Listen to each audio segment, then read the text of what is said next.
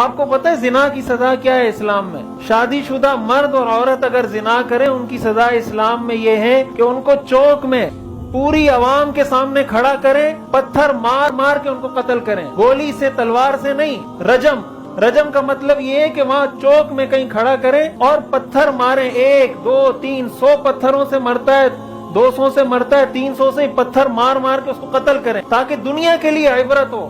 قرآن کریم میں آتا ہے الزانیۃ والزانی فاجلدوا کل واحد منہما 100 جلدہ۔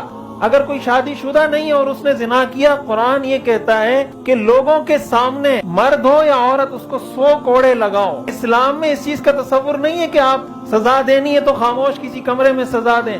اسلام کا تصور یہ ہے جب سزا دینی ہے تو چوک پر سزا دیں، اور یہ قرآن نے کہا ہے وَلْيَشْهَدْ عَذَابَهُمَا طَائِفَةٌ مِّنَ الْمُؤْمِنِينَ۔ جب ان کو سزا دی جا رہی ہو تو وہاں مسلمانوں کا ایک بڑا جمع غفیر ہونا چاہیے۔